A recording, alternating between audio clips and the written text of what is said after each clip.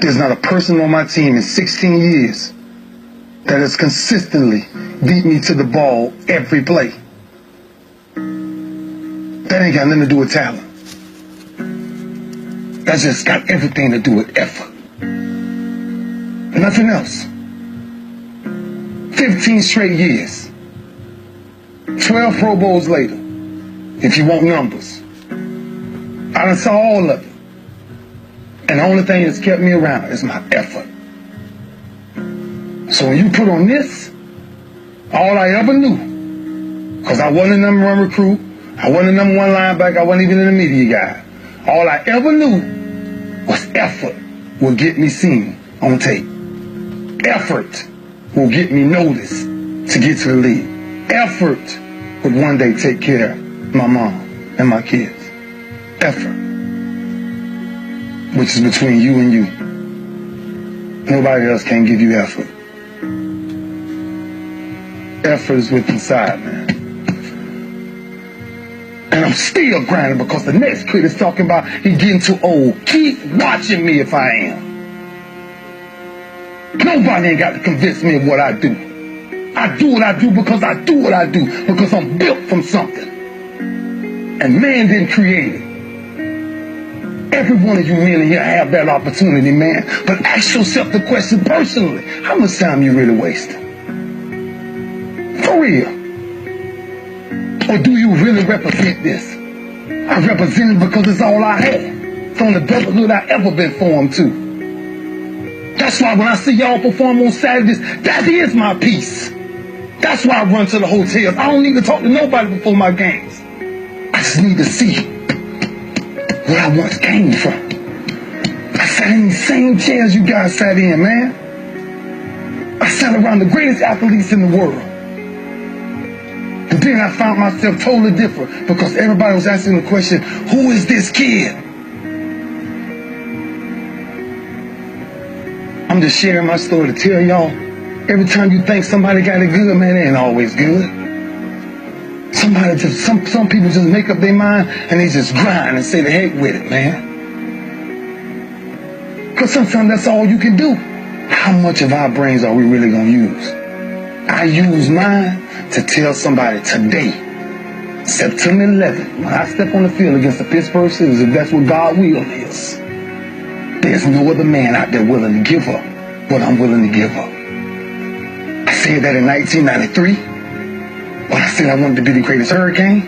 And the only thing that I got in the middle of all of that distance is the only thing that follows work is results. There's no other blueprint. I ain't got no other secrets to tell y'all today. I ain't come here for nothing else but to tell you, if you want to do something, work at it. You want a better relationship with God, work at it. You want to understand why pulling your pants up is important, why yes ma'am and no ma'am is important, why being in the meeting with complete silence when somebody walks in, because it's presence and essence that determines respect. That's all we talking about. The power of respect is never to disrespect. That's why I was the first one sitting down in the meeting. I ain't got nothing to say. Y'all do y'all good. I gotta listen. Something out there I need to grab from it.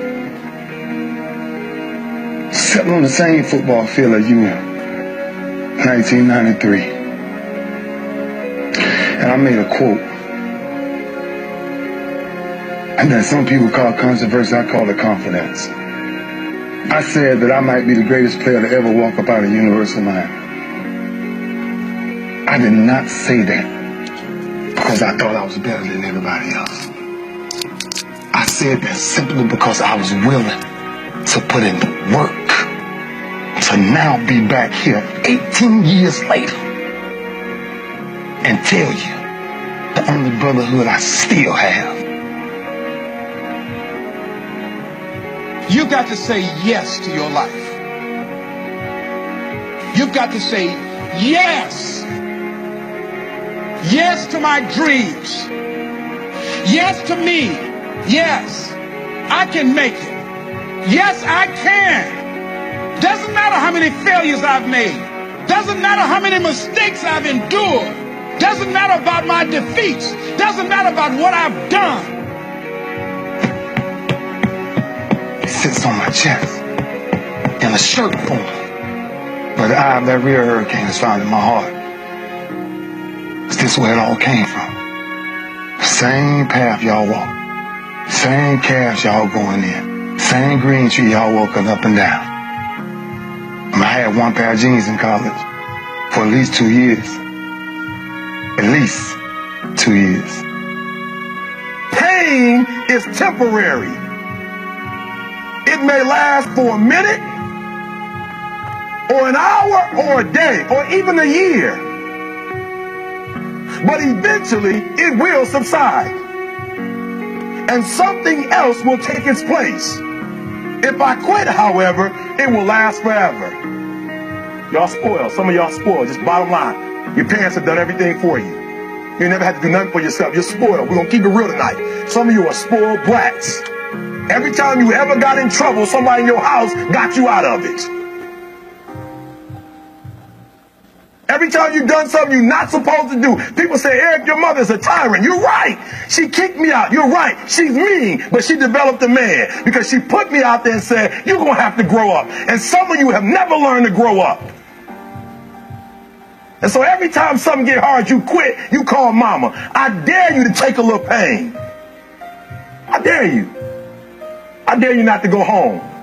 Somebody said, I don't go home, I feel bad. Go through it. You ain't gonna die. At the end of pain is success. You're not gonna die because you're feeling a little pain. We have gotten to a point where it's midterms and we're moving forward. The days of you getting money, I'm not saying we quitting, but I'm saying the day has got to go from external to internal. You have to give it everything you got. No more TV, no more parties, no more playing. If you don't have a 4.0, what you need to be doing is studying. Stop being this high school dropout. Stop giving up. Stop sleeping on the street. Stop walking up and down Finkel Avenue like you ain't got nothing, and get your GED. Stop being afraid to take a test. I don't care about the fact I'm in a hole now. Doesn't matter about where I am. The last chapter to my life has not been written yet. If you judge me now, you'll judge me prematurely. Stop being afraid to go to college because your daddy didn't go and your mama didn't go. I haven't exposed all my stuff yet.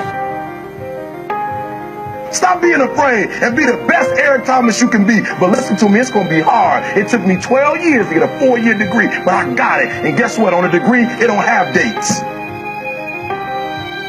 So if it took you 4 and it took me 12, it don't show up nowhere.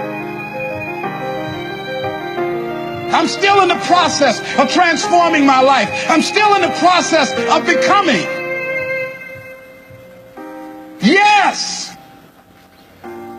Yes.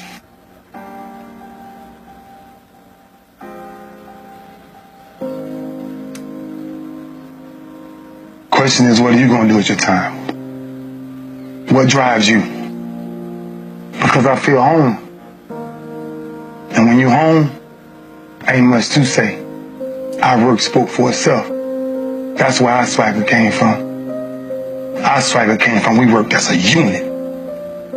I came to the University of Miami, there was one mind, one set, one heartbeat. It was impossible to get to us. Because if you saw us somewhere, you saw 15 or 20 of us. Gotta stop leaving each other. Gotta stop hanging out without each other. The streets ain't chasing the same things you chasing. There's many temptations out there. Just stay focused, man. As a team, though. As a team. That's all I knew when I was here. That's what kind of kept me focused. That I finally ran into a team. And you guys have that same thing. Because this you will never die. It'll never die. So it's up to you to carry that. It's up to you to carry that. And every Sunday, every Saturday, everything is talked about. About the product, Mr. Inky Johnson. Put your hands together, guys. every day I'm chasing something different. Every day the way I operate is totally different, and it's not about the product for me as much as it is about the process. And what I mean about the process saved my life. You see, my mother had me when she was 15 years old, right? Over on the east side of Atlanta, we came up in this neighborhood by the name of Kirkwood, drug dealer on every corner, gang members in the neighborhood, 2-bedroom home, 14 people, used to sleep on the floor. Got the opportunity to sleep in the bed one time out of the week. It was 6 of us in the bed, 3 at the foot, 3 at the head. And I came up with this dream pretty quick. I said, man, I want to go to the NFL because I had 8 uncles in that house, all 8 of which are still going in and out of prison. And so pretty quick, I said, man, I want to go to the NFL. So I went to my big cousin tomorrow one night. I said, man, listen, I want to go to the NFL. So we got to work for this thing. So the thing we're going to do every night, we're going to be patient. We're going to engage in consistent action. Every night, we're going to race light pole to light pole with no shoes. So every night we would get out in the street, race light pole to light pole. One night a coach came down the street. He signed me and my cousins up for organized sports, right? First time being in organized sports. We get in organized sports. The thing was, after practice, everybody would leave to go home. And I always had to sit on the bench and wait on my mother because she worked that way. And so when my mother would show up in the park, it would be about 10 o'clock, 10:30 at night. So I'm sitting there, and when my mother would pull up, she drove an old Buick Regal, hubcaps off the car, seats torn up, the car was all beat up. And she would pull up in the park 10:30 at night. I would jump off the bench. I would sprint over to my mother. I would say, Mom, if you don't mind, can you please sit back in your car and turn on your car lights? I have to do some extra drills. I have to go to the NFL. She would never have to work another day in your life. And I knew my mother was tired. And every night, my mother would sit back in that car, and those car lights would hit that field. And he had a 7-year-old kid doing backpedaling drills, running sprints, running laps, chasing his dream to go to the NFL. But just beyond those car lights, I could always connect with my mother's eyes, so it made me dig a little bit deeper. It made me push myself a little bit further. It made me work a little bit harder. It created a certain level of sweat equity in what I was doing. It created a certain level of pride in what I was doing. You know why people quit? People don't have pride in what they do. You know why people stop? They're selfish, and it's just about them.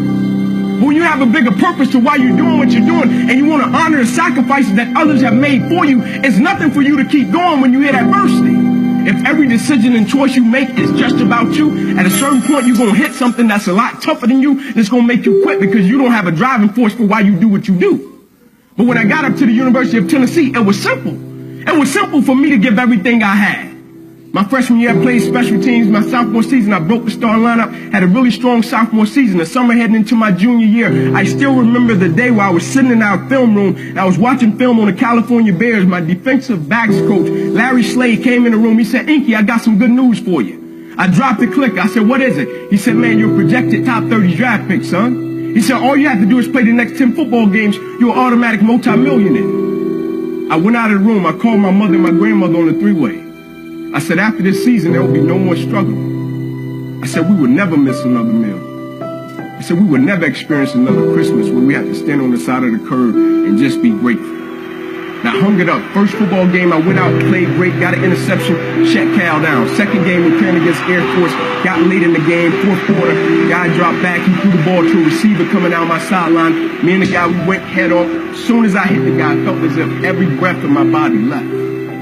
Body went completely limp, fell to the ground, I blacked out. Never happened to me. When my eyes opened, I'll never forget, my teammates ran over, they said, Ink, get up, let's go. I said, I can't. I said, I can't move. He said, what do you mean you can't move? You're out lockdown corner, man, we need you, let's go. I said, I know, man, but this time I can't move. I flipped my head up to the sky and said, God. I said, surely nothing is happening in this moment that can alter my life. They got me over to the hospital, they took me back, they ran CAT scans, they brought me back into my room, and all in a 15-second time frame, the doctor came running in from the opposite side. He said, hey, get in there, we got to rush this guy back to emergency surgery, he's about to die. I said, what? He said, son, you have busted up subclavian artery in your chest, you're bleeding internally, we have to rush you back, take the main vein out of your left leg, plug it into your chest in order to save your life. When I opened my eyes from recovery, the same doctor was over me. He said, son, has some good news and some bad news for you. I said, you got some bad news for me? I had to tell him I was about to die. I'm still alive. How bad can it get? I'm still here. He said, the good news is we saved your life. I said, thank you, sir. He said, the bad news is, Ink, you have nerve damage in your right shoulder. I said, okay, cool. He said, but son, it's a strong possibility that you probably can never play the game of football again in your life. I said, no way. I said, no disrespect to you, Doc, but I've been working for this ever since I was 7 years old. I I said, no disrespect to you, Doc, but you wasn't in the park with me and my mother. When I was 7 years old and she was sitting in that Buick Regal, she got done working at Wendy's. No disrespect to you, Doc, but you didn't come up in that 2-bedroom home, 14 people sleeping on the floor. No disrespect to you, Doc, but you didn't miss those meals and stay focused and never made an excuse. I never cheated. I never cheated. Like my conscience still until this day won't let me cheat. Like I can't cheat. I can't look myself in the mirror and say, Ink, you did a good job knowing that I cheated. I can't cheat. One of the greatest pieces of advice that my mother gave me was this: son, whenever you start, you make sure you finish. And the problem with the world today, people get involved with things, and if they don't like a certain person, if they don't like the process, if it's not what they thought it was, they quit. And what they don't understand about quitting becomes a habit that doesn't just affect you. Later on in life, when you get a wife and you get some kids or you get a family, it's going to come back to hunt you, and it will one day affect them. That is why I tell you the process is more important than the product. It's not even about the outcome for me. It's about, can you take pride in what you do as an individual, and every night when you look in the mirror, knowing that you gave everything you had to it. And we have to get to the point where we're willing to impose our will on certain things. Impose your will on it. My life totally changed. And they gave me an opportunity to stop. And most people, when you give them an opportunity to stop while they're chasing something, they take advantage of it because they feel as if, man, why did this have to happen to me? I felt as if, why not me? This is the perfect opportunity to use this to be a blessing to somebody else. And you know what? It's not even about me to be truthful. It's not even about me. Now it's about repaying the people that invested in me and saw something in me when I couldn't see it in myself. At a certain point in life, it can't just be about you. And the moment that we understand that, and every day we wake up, we understand that life is a blessing and life is a gift. And if you were to check out today, how would you want to be remembered? It's bigger than you.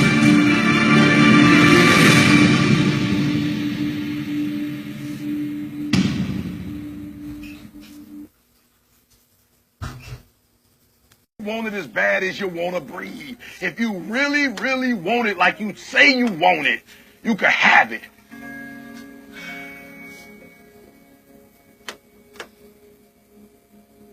Don't believe the hype. Don't feed into it. If you work hard, you can't have it. It ain't nothing you can't have if you're willing to work for it. It ain't nothing you can't have if you're willing to persevere, if you're willing to stick in there, if you're willing to stay, if you're willing to fight. It ain't nothing you can't have.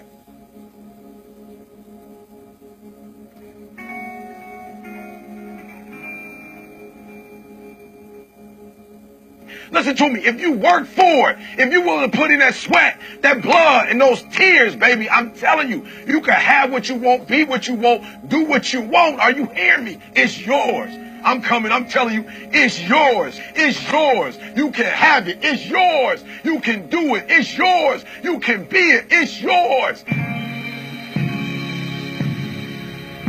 If you're going to be successful in life, you got to understand that there's a sense of urgency, that there are only 86,400 seconds in a day. And you got to not only operate in them, you got to do it quick. You got to do it fast. You got to do it in a hurry. Why? Because there's somebody else who's on the same track you on. Somebody else who, listen to me, they're on the same path that you on. Listen to me, it's somebody else just like you trying to do it. And sometimes they're working just as hard as you're working. They're putting in just as much sweat, just as much tears, just as much blood. But you just got to do it what? You got to do it faster than they do it. You got to do it quicker than they do it. Are you listening to what I'm saying? That's why I wake up at 3 o'clock in the morning, because if you're getting up at 6, you might be smarter than me. You hear me? You might. You might have more privilege than me. You might. You might have more resources than me. You might. But I'm going to get up earlier than you, and I'm going to do it quicker than you do it. I'm going to do it faster than you do it. So by the time you get up with all your resources, by the time you get up with all your privilege, by the time you get up with all your stuff, I've already finished the race. Are you hearing me? Every play is the drill. Every play is the 2-minute drill. Are you hearing what I'm telling you?